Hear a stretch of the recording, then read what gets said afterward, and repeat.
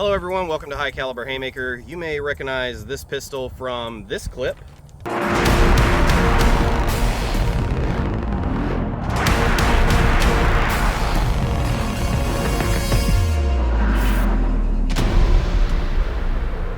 But today we're going to be doing a full review on the Canik SFx Rival-S, the all-steel frame 9mm pistol. And we also have a mechanic red dot from Canik as well. So let's get into it.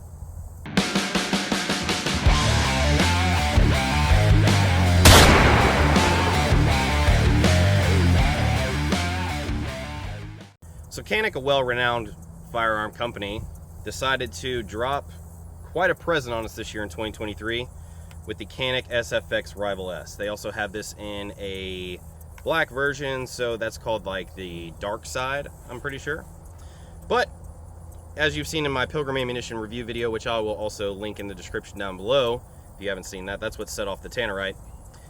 It's a very high quality pistol. Price point about $1,300 depending on where you get it, but well worth it. Comes with a front night sight, has a lot of slight serrations, a lot of cuts in there to help lighten it up just a little bit.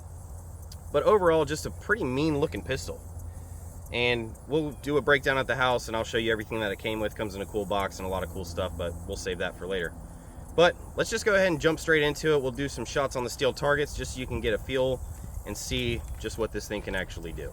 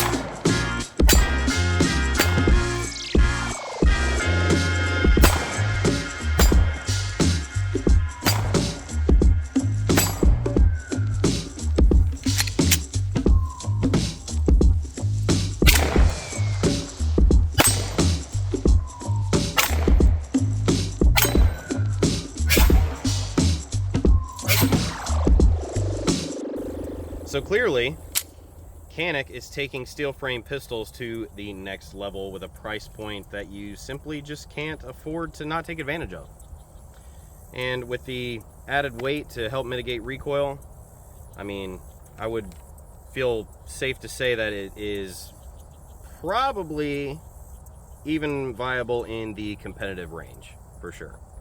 I mean, the Canik SFx Rival by itself was an award-winning pistol, so the Rival-S just, like I said, takes it to the next level. Century Arms Incorporated. Good stuff.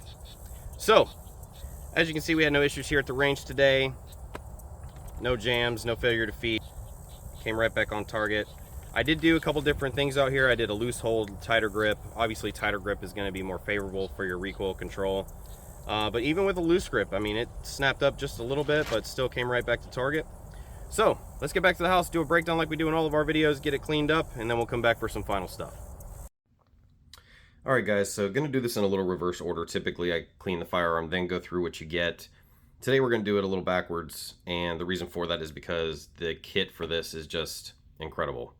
And I'm going to show you another pistol kind of comparable for some other things. So, comes in a nice hard case, obviously labeled Canik Rival-S.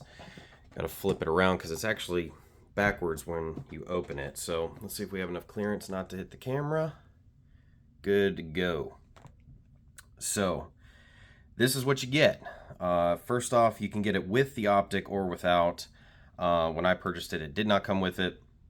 Got it separately, but they do have the cutout here regardless of whether you get it or not. Right off the rip, when I purchased it, I changed it for the largest back strap that just fits my hand the most comfortable. But you have two different other arches that can fit different size hands. It also comes with this little toolkit here.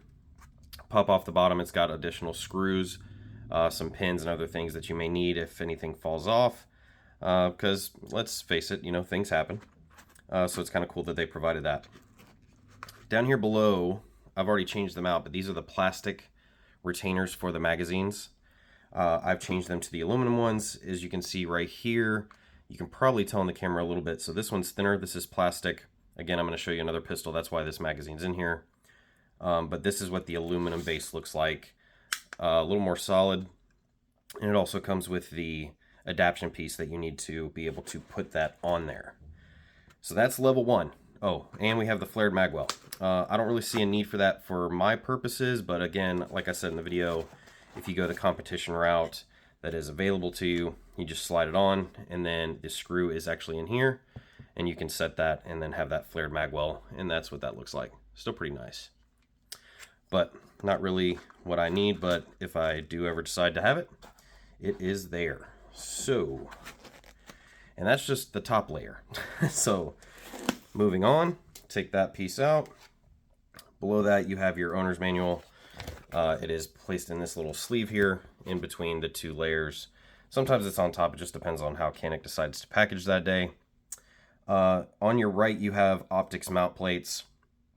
Pretty much anything you can think of. If it's RMR, RMSC, etc., most likely you will have the plate you need when you purchase the firearm.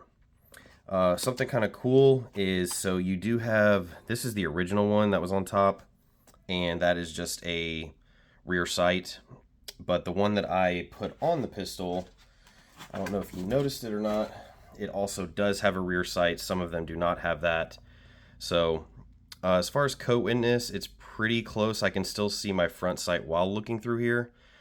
So it's still viable even with an optic mounted on it, which is always nice. So additionally, it comes with a magazine loader, little toolkits, little additional tools, excuse me. So this is more so for taking your grips off, tightening up little things if you need to, cleaning rod, brush. And then in here, it actually came with this holster. So it did not come with the Blade Tech equipment on the back. It came with a standard paddle. But I think it's pretty nice that it comes with it. As far as fitment goes, it's really nice. I mean, it's very well fit in there. The barrel is literally right there to the end. So it is a nice addition just to have that. As soon as you purchase it, literally you're ready to go with everything you need. You don't have to hunt anything down. So that's really nice that Canik offers packages like that. I think this is a different mounting plate. It is something I wanted to show you guys. You notice these 4 plates here have these threads right here. So what that allows you to do is there's a piece actually in the top layer, and that little pistol, that's the toolkit, and you can screw that in, and that's a charging handle. So you can have a charging handle built into your mounting plate, so you competitive guys, you know, you can have your flared magwell and also have that just ready to rock and roll. Now, that's everything it comes with. It's already a mouthful. So let's get into the breakdown, and I will also show you why I have the 2 magazines with the 2 different plates, and we'll get right into that. So hold on one second for me. All right, so for the breakdown, very simple, like a lot of other pistols. Simply just the takedown levers is all you need to do. So you do need to charge the firearm, obviously point it in a safe direction, make sure the firearm is unloaded. And what you're going to do is pull back just a hair. As you can see, there's a slot right here. Pretty much pull it to the edge, pull your tabs down. Your slide will go forward, and then pull the trigger, and then it will come apart. It does not need to slide all the way forward. As you can see, this is a closed back, so also putting it together, I'll go over that. Very important, but very simple to take out. So flip it over, remove your recoil spring, and then pop your barrel out as well. Kind of a fancy cutout design on it. Looks pretty good. And that's your field strip. Literally that simple. I love when things are just easy, and really a lot can't go wrong when you're putting it back together. We put quite a few rounds through it. As you can see, it is very dirty nice in here. So we're going to get this all cleaned up. Then we'll go over a couple more things as well as the other pistol before we put it back together. So let's do that. And there we go. Of course, with all steel frame pistols, it is a lot easier to clean them versus polymer frames. I'm assuming it has to do with the material. But as always, I use a carbon killer weapon cleaning solvent. Let it soak for a few minutes. Wipes pretty much right off, depending on the part of the firearm. A couple things to focus on. Feed ramp gets pretty gunky, and inside the slide back here, you need to wipe it down really good. I actually took some Q-tips to it as well afterwards. I typically use that cleaning solution with a toothbrush, really get in there, wipe everything down. If anything's left over, residual, I'll grab some Q-tips and clean it out. But overall, pretty easy to do. So, before I deep dive into anything further, I am going to go ahead and put this back together. So, of course, just everything in reverse order. Drop your barrel into your slide. And you'll also notice they did do some extra cutting in here. It is part of your components, but they did shed a little bit of weight with that. Of course, you're not going to have a plastic guide rod and a steel frame pistol. So, of course, the quality is there for that. Let's get that lined up. Now, here's something very important to note. So, with this having a closed back as opposed to other firearms you've seen where they have the cutouts here for things to slide through, if you try to put the slide on the frame from here, it will go on to a point and then it's going to get stuck. And trust me, I've done it before. It is not fun fighting it to get it back apart. I mean, you're going to be pulling on your tabs, you're going to try and pull your trigger, nothing works. You literally just have to finagle it just right and then it'll pop off. It's not fun. So with that being said, as you can see, your ejector is right here. So what you're going to do is set right here. See how small the rear slide is right here? Slide rail, excuse me. So that's where you're going to line things up, and then you're just going to rack it. That's all you need to do. As you can see, the loaded indicator is on, so we can point the trigger in a safe direction for functions check. One more time. Good to go. Show you the trigger reset right there. Very nice. And that's it. So, for the comparison, kind of like a versatile thing, like you saw all the things that the pistol came with in the hard case. This is a pistol you've not seen yet on my channel. It will be coming soon for a review. I recently acquired a Canik TP9 as well. Now you're thinking, Lance, those aren't even in the same realm, and you wouldn't be wrong. But they do have a lot of similarities as far as the takedown, the loaded indicator on the back. But something that's really cool about this pistol, and like I said, we'll get to it in the future, it has a decocker. So if you're not comfortable having one in the chamber and not having a safety, you're afraid something's going to happen, you can decock the pistol, and then it has a double action trigger, so you can still fire. I think that's really cool, as well as once you reset it, you can pre-cock the firearm, so your trigger is pretty much pulled up all the way to the wall, and then you have a slight take up, and it's ready to go. Super cool pistol. But another reason why I wanted to show this to you is because they both take the same magazine. So if you do venture into other Canik pistols, this might be a good option for you. Extra magazines are always great. So that's the magazine in the TP9. Same magazine into the Canik Rival-S. So another kudo is that the Canik came with this holster here. You can see that there. And the TP9 also fits it. It does have a shorter barrel, so it will not go all the way to the end of it, but it is nice that it still fits just as well and covers the trigger and easy to take out. So a little bonus for you, a little sneak peek for what's coming in the future. So you will be seeing this as well. So let's get back to the Rival-S. So as always, I tried to take my wife's scale, but it's not really working today. But what we're going to focus on is these two magazines here. So one is loaded with 115 grain full metal jacket, and the other is loaded with the Pilgrim ammunition I was talking about earlier in the video. So if you're deciding to carry the Rival-S, first of all, you've got guts because it's heavy. Second of all, a way to cut down on some of the weight is by getting a premium self-defense ammo. Again, I'll link the description down below. This stuff is great. But when you go from 115 grains to 50 grains per bullet, multiply that by 18 for what you're saving in weight, this magazine is significantly lighter than this one. Even though same amount of rounds, 18, and I wish the scale was working, 18 rounds, this one is a lot lighter. So it almost feels like when you're loading the magazine in, it almost feels like it's not even there. And that's what blows my mind with this Pilgrim ammunition. So it's really good stuff. And as well, I mean, obviously Canik is not the only option for you to carry. But in anything else you use, that's 9mm, 380. They also have 45 ACP. And like I said, I'll have their whole website on the description too. It's really good stuff. Cut down on weight.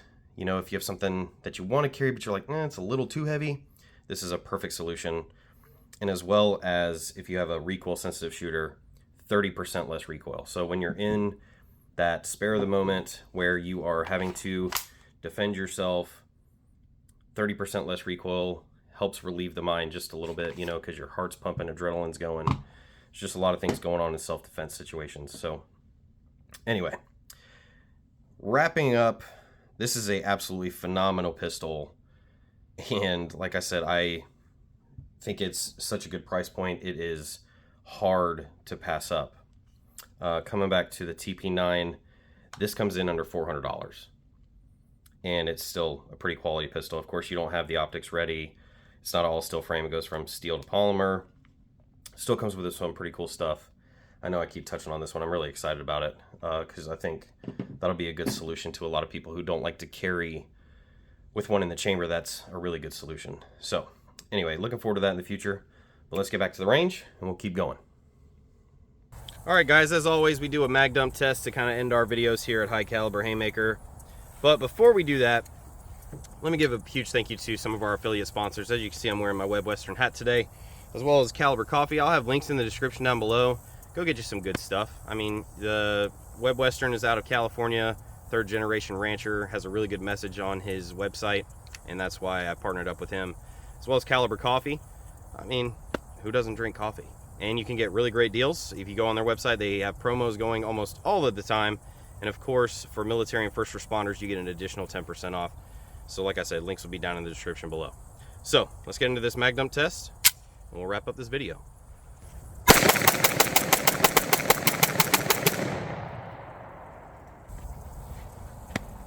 And there you have it. The Canik SFx Rival-S. High quality pistol. Definitely affordable, definitely fun to have. Definitely will put this in my rotation. Kind of heavy to carry, so keep that in mind. But there are options out there to relieve a little bit of that, as well as, like I said, I'll link the description down below for the Pilgrim ammunition, which is a 50 grain 9mm round that goes over 2,000 feet per second. If you haven't seen that video, definitely check that one out. That was really cool. So, as always, guys, stay safe, get out to the range, knock out some rounds, and I'll see you next time.